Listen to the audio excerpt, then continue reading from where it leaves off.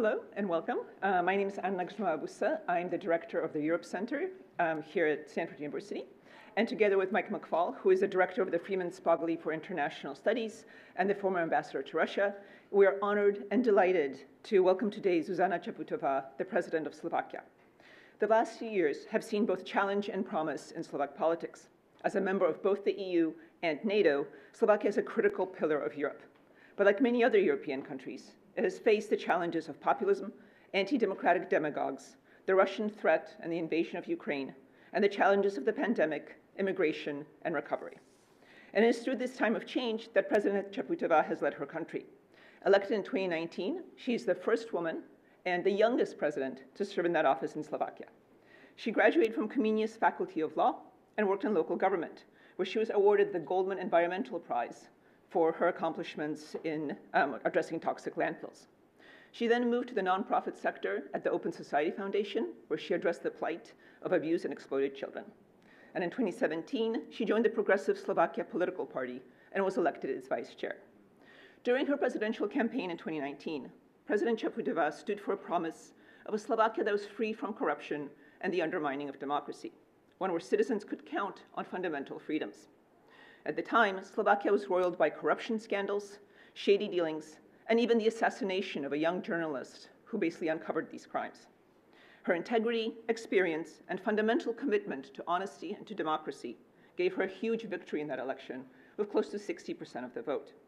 Since assuming office, President Čaputová has been widely recognized as a force for democratic rights, even as the government just elected in Slovakia in September now sides with would-be autocrats. And so it is our great honor to welcome President Čaputová to Stanford University today. She will deliver some short remarks, and then we'll open up to Q&A. So please join me in welcoming her.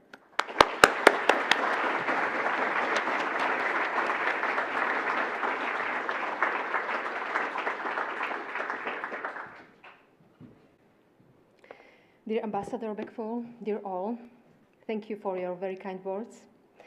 It's an honor and pleasure to be here with you today, and I would like to thank you, Mr. Ambassador, for your contribution to the study of democracy in our region, including my home country, Slovakia. Today, I am here to share a reflection on where we are 35 years since the fall of the Iron Curtain.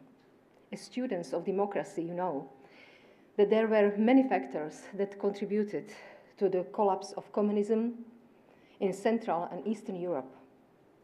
Broken common economy and the rigid communist system, Western pressure, or strategic arms race. But from my point of view, people's will to live in freedom was the strongest among them. I was born in communist Czechoslovakia and I was 16. When the Velvet Revolution ended communist period in 1989. And I am thankful for this experience, for both this experience, from communist period and building of democracy. It taught me how totalitarian regime works and what it means to live in lie. Back then, it was illegal to say what we really thought. So we lived in two parallel worlds. A public one, where everyone was just pretending, and authentic one, which was private. Kitchens became the only place where one could be truly honest. The Iron Curtain was not just a physical barrier separating the West and the East. It was hanging in our communities, offices, in our families. In my country, communism claimed thousands of victims, people who were executed for their dissent or killed when they tried to escape and cross the border. I remember what unfreedom feels like. That was 35 years ago. Since then, Czechoslovakia peacefully separated into Czechia and Slovakia. Both countries later joined the European Union and NATO. This year, we will mark 20 years of our membership in the most democratic, prosperous, and safest clubs in the world. If I stop here, this would be a perfect happy end to the story of Central Europeans' democratization. But as all we know, history is never so straightforward. Only 6 of the 11 former communist countries, which are now in the European Union, are ranked by Freedom House as consolidated democracies. 4 are semi-consolidated, and 1 is a transitional or hybrid regime. Democracy is a fragile system everywhere, and it's tested by many crises. In the past 5 years, we have faced several tough ones: COVID-19 pandemic, Russia brutal aggression in Ukraine, energy crisis, inflation, COVID crisis, illegal migration. These challenges are a test for any democratic government. Many of them struggled to cope, so voters began to question not just their leaders' competence, but the system itself. Populists and extremists were quick to jump in. They blamed democracy for failing to protect the people. In some European countries, they are now in government. They openly attacked not just their political opponents, but liberal democracy itself, as well as its key components, such as the rule of law, separation of power, media freedom. All in the name of dealing with establishment or improving efficiency or protecting the traditional values. This is happening at a time when democracies are experiencing a huge rise in polarization and fragmentation, amplified by the rise of social media. These platforms have become the extremist favorite stage to spread their lies and manipulation. In some ways, their business models are similar. They both live from abusing the lowest of human emotions, and it works. Democracies were slow to see the dark side of these platforms. We ignored that in the digital space, freedom of speech is openly abused to spread lies and panic, to endanger public health or undermine the rights of others. And that undemocratic regimes are actively supporting this to weaken the West. Evidence shows that disinformation has influenced election outcomes. The West hasn't yet fully understood that the pillar of democracy, such as freedom of speech, are being used to attack or destroy democracy. I would like to be clear, this is not calling for censorship. As I mentioned, I grew up in communist Czechoslovakia. I know what censorship is. This is a calling for balance between rights and responsibility. This mix of crises would be a huge test for any country. 2 years ago, I addressed the European Parliament, and I warned that democracies are more fragile than we think. It may take just one election cycle for democratic leaders to end up in a minority. Looking at the elections many countries hold this year, this is a real threat. But younger democracies, such as those in my region, are even more vulnerable. Our institutions are still relatively young. The first session of the US Supreme Court was in 1790. The Slovak Constitutional Court was established in 1993. The difference is more than 200 years. It's not just the democracy that is young. It is also without deep roots. The 3.5 decades since the fall of communism have been the longest period of political freedom in the history of my people. Democracy there is much easier to uproot than in countries that have enjoyed it for over centuries. And even those countries are not immune, as you know. Our history does not excuse today's failing, but it helps to explain them. One of the founders of democratic Czechoslovakia, Milan Rastislav Štefánik, had a simple motto: trust the truth, live the truth, and defend the truth. As I said in the beginning, totalitarianism was built on lies. democracy must be built on the truth. Nothing is truth and everything is possible, is how one author described Putin's Russia.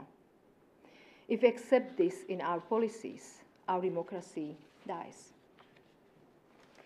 Yes, democracy is under threat, and not just in my region. My source of hope for the future is our people, because the quality of democracy depends on who we are as citizens and on the values we practice. In the 3 decades of our independence, civil society has become the strongest fortification of democracy in Slovakia and elsewhere in Central and Eastern Europe. The civil society understands that democracy is not a one-off achievement. They understand it as the never-ending process of self-improvement exercised in our everyday life, communities, churches, or offices. And yes, sometimes it must be defended on the streets or the battlefield, as it's now in Ukraine. The civil society's public mobilization, their everyday cultivation of democratic values in our communities, fills me with optimism. And it gives me reasons to believe that no matter the pressures, democracy in Central and Eastern Europe is there to stay. Thank you so much.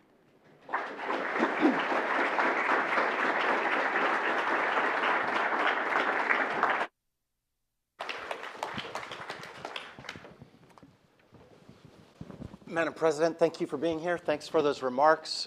My name is Michael McFaul. As Anna just said, I'm the director of the Freeman Spogli Institute, where we're all at today. It's really an honor to have you here. And I know we're short of time. I know you have many other people to see that are more important than us. I have lots of questions from our students that we curated. And I have 17 of my own questions, just so you know. So I'm going to ask one of my own, and then I'll get to the student questions. And listening to you talk, I want to dwell a little bit about the threats to democracy and neighborhoods. You hinted at it. I saw you were just in Canada recently, right, before you came here. They're our neighbors. I grew up on the Canadian border, by the way, in the state of Montana. They're pretty nice neighbors. Democratic, peaceful. We have our problems from the past. We're not going to go into all of the history. But if you look at our borders, it's a blessing in terms of security. I look at your country, and I look at the region of the world your country is located in. You live in a much rougher neighborhood. And I want you to tell us, as you know, we're having a big debate in the United States right now whether we should provide new assistance to Ukraine or not. There are a lot of Americans who say, that's not my problem, it's far away, why do I care? Let the Europeans take care of that problem. I'm wondering if you could tell us how you think about the Russian threat. First and foremost, obviously, to this barbaric war that they're conducting in Ukraine, but is it bigger than that? Is it a threat to European security? Is it a threat to your country? What's the right way for Americans who don't focus so much on the war in Europe to think about the Russian threat today? Thank you so much. As you know, Slovakia is direct neighbor of Ukraine. And we see this Russia aggression in Ukraine as a potential direct threat to Slovakia. For example, because Putin in December 2021 demanded a veto over the shape of NATO presence on the eastern flank of NATO. Right. I am very proud that Slovakia provided many kind of help from the beginning of the war in Ukraine. It's very important because this is not only about the Ukrainians. It's about the universal values like international law, territorial integrity, and national sovereignty. It's the war against the whole democratic world. The consequences or impact on this aggression in Ukraine is direct to Slovakia. More than 1 million people from Ukraine crossed the borders from the beginning of the war. More than 130,000 stay still in Slovakia. And I'm very proud, as I mentioned, that many Slovaks opened heart and homes and helped Ukrainians, especially women and children. I'm very proud that previous government provided military help too, which is absolutely important. The Ukrainians' fight is a legitimate fight, and we must to help them with military help too. It was the value, or we were among the 7 top country among the world per capita when it comes to military help, right, or the value of the military help. We were the first country that donated air defense system, yes, the first country that donated fighter jets. Yeah. Because of you. Thank you for that. Just thank you for that. Yes. Not only because of previous government too. We had early elections in September last year. The new government changed this position when it comes to donation of military help. But I'm very glad that all kind of help continue, including military help on commercial basis. As I mentioned, this situation, this brutal aggression, is our common issue. This is not only about the Ukrainians only. I visited Ukraine after beginning of the war. I visited Ukraine twice. The first visit was 3 months yes, after beginning of May the war. 2022, yes. Yes, very famously. Yeah, not only in Kiev, but the Borodyanka and other villages around Kiev. And the second visit was on the north part of Ukraine, very close to the Russia borders, Chernihiv region. And it was the most emotional experience during my mandate, these visits. I met with the families or parents, their children was kidnapped. I met women, they was object of sexual abuse from Russia soldiers. I visited hospital. There were many young men, soldiers, they were injured.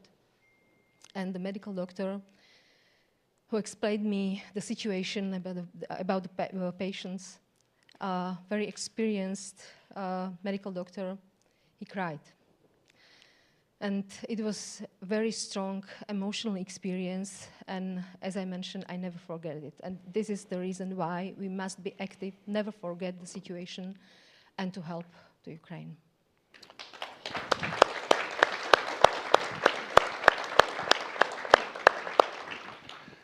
So not everybody in your country agrees with you on that.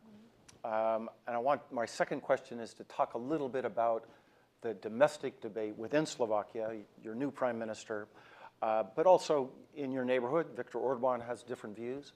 Tell us, we don't need to get into politics. I'm interested in your explanation for why some of those views are popular. Is it because of sanctions? I know your country did get an exemption on the energy sanctions, and I know you're debating whether to phase that out, and that's a controversial issue. Is it because of something much more ideological, that what Putin is offering, a kind of populist, nationalist set of ideas, is popular? And most certainly we in my country, here in the United States, have people that like those ideas and prefer Putinism and his ideas more than liberal democracy. So help us understand the debate about not just the war in Ukraine, but the ideological debate. And I look at it and I read it, I see a half empty, half full, right? On the one hand, you have a new prime minister. I'll let you comment on him if you want. But then he did some things that seem pretty anti-democratic to me. And then civil society reappeared just literally 24 hours ago. So help us understand it, and then tell us how worried you are about the erosion of democracy in your country and in the region as a whole. First of all, the position of our society when it comes to aggression in Ukraine is a little bit maybe in evolution. Historically, Slovak population had a positive attitude to Russia, 55%. Right. In the past. After beginning of the war, this number decreased on 30%. Honestly, I don't understand why, because we have own experience with Soviet Union expansion in 1968. Right. But we are under influence of Russia propaganda. And if you ask me on the threats of democracy, I think I mentioned in my speech that social media, unregulated social media, are threat for whole democracy, but for the youngest democracy is a big problem. And the Russia propaganda is huge in Slovakia, and according to our services, Russia is in information war with Slovakia. This is a strong influence, and this manipulation, especially before elections, it's very strong.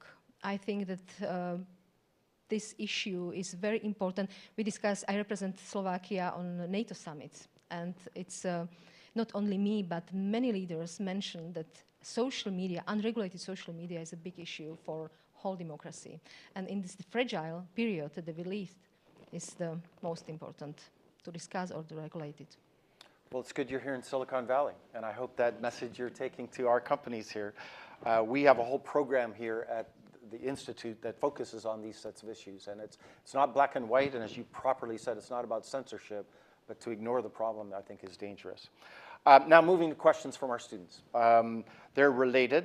One of them asks, tell us more about just in the day-to-day life of people in your country, how is the war impacting your citizens? You've talked about what you've done. You've talked about the Ukrainians you brought in.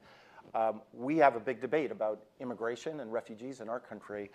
This student wants to know just how is it affecting your economy and people's attitudes about bringing people in? As I mentioned, I think that the people in Slovakia, in majority, are supporters of Ukrainians. We are providing many kind of help and cooperation and education for children in our schools, and they have positive attitude to Ukrainians.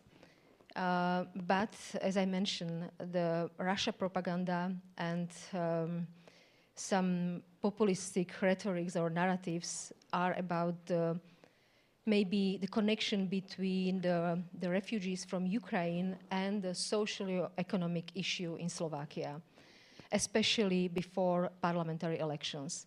But I think that this is not a big issue. The biggest issue is illegal migration from south during the summer. Right. So another question is about the relationship between security and democracy. It's a bit of the same question that I asked earlier, but it's about your country. And you mentioned NATO, and you mentioned that important achievement for your country. If you remember that history, I remember that history. There was a big debate about whether that was good for NATO or not, good for American security or not. In retrospect, can you give us your reflections on the importance of NATO expansion for your country in terms of economic development and democratic development? Are they related or are they not related at all? You would have been just fine being outside of NATO, and those that argue against NATO membership for Ukraine, that's exactly the argument we're having in my country. I think you are too. They're saying that's not necessary. NATO expansion just provokes the bear and leads to more problems on the economy, more problems on democracy. How, with the hindsight of history, do you see it, did it play in Slovakia? I think that our NATO membership and EU membership also too, yes, of course, are absolutely crucial, especially now because of situation of in Ukraine. I think that the Slovak people better understand now the advantages of our membership. And it's paradox because Putin potentially mean that they divide us as a NATO's or EU, but we are stronger and more united. And this is a very, very important message to him, I think. And it's about economic prosperity. It's a link, of course. And after beginning of the war, it was very important that in Slovakia are troops from many countries, NATO allies, for strengthening our security and, of course, for deterrence of Russia. We participate on Latvia with our soldiers for protection of eastern flank of NATO. So I think it's kind of amazing when you think about it. That it's very important, and I fully understand why the position of NATO countries or NATO allies to Ukraine is opening door, and I hope that this discussion will continue on the next summit in July. Great. So I have two more questions. I know you have to go. One you do not have to answer, but then the last one you have to answer, okay? I'm going to give you that option. One of our students asks, turning to democracy, they want to know your assessment of our democracy and how worried Europe, just generally, as you watch what's happening here in the United States, is it of concern for you, or do you think we're overreacting? And that's the one you can comment on or not comment on. But tell us how it looks from Europe. It's a very sensitive question, especially for the head of state. But of course, we very closely follow the evolution in the US because outcome of the presidential elections are very important for many countries, including Ukraine, but not only for NATO members or allies. I hope that democracy and all important democratic values win in the US. We need it. Well, I agree with that. Thank you for saying that. That's a very nonpartisan way to say it appropriately. Last question. I see he's here. I was wondering if you're here. So I was telling you, Kumi Naidoo gave a talk here just 2 days ago on this stage. He's an environmental activist, just like you. Ran Greenpeace International for many, many years.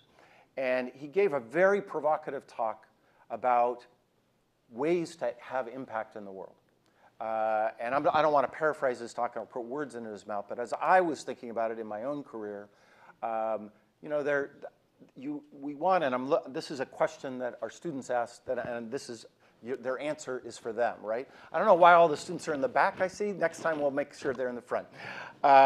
But to do things versus to be things, to make choices, to have an impact on the world, that's what people want to know about you. Tell us about your life before the presidency, it says here. And why did you could have had a very quiet life as an NGO activist, as a lawyer,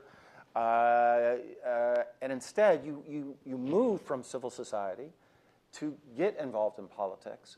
And some would say, well, that's a really impactful way, and others would say, well, it's hard to have an impact when you're in elected politics because you're so tied to other things. So just give us a little sense of why you made that choice, and we're doing it because we want to inform our students about, as they wrestle with these choices. Our students have lots of choices here, right? To go into the private sector, to do that, and we want them to think about public service. Tell them why you chose to go into public service, given that you had many other choices. I decided to run in 2019 or 18, and it was after the brutal murder of Jan Kuciak and his fiancée, yes. The investigative journalist. And the rule of law issues was the most important topic according to many public polls in Slovakia. And it was very important, and I try to be useful in the systematic changes in this field. And of course, in the field of protection of climate, it was and still are my priorities in my mandate. And before the politics, I was the advocate, and I cooperate with NGOs, and I try to help on other bases as a politicians. But it was, and it still is, a very tough experience because, as was mentioned, I'm the first female president in the region, and I'm guilty because I am a woman automatically. And but I'm glad because thanks to this mandate, for example, Slovakia made a very important steps when it comes to protection of climate. Right. We were the first country in the region that agreed with the carbon neutrality goal by 2050. We are making very important steps in this regard. It's, as I mentioned, one of my priorities. For example, we stopped using coal as a source of energy or for production of electricity. Last year, our energy mix currently is 85% low or zero emission, and many other facts about the Slovak Republic. And Amazing. also we have the 3 projects in the presidential office. We have planned and we are making steps to be first climate neutral in public institutions in Slovakia. Wow. And we organized the Climate Academy for students every year to create a group of climate leaders in Slovakia. And we have our own experience was very interesting, and we share this experience on this path with other public institutions, and we create the Green Presidential Seal for other public institutions. And other issues, I'm very glad that many goals are fulfilled. And one more fact, I try to bring to our politics decency. And I am the target number 1 when it comes to gender-based hatred on social media, but I am still most trustworthy politicians in Slovakia. Decency is still popular in Slovakia, and this is very important. Wow.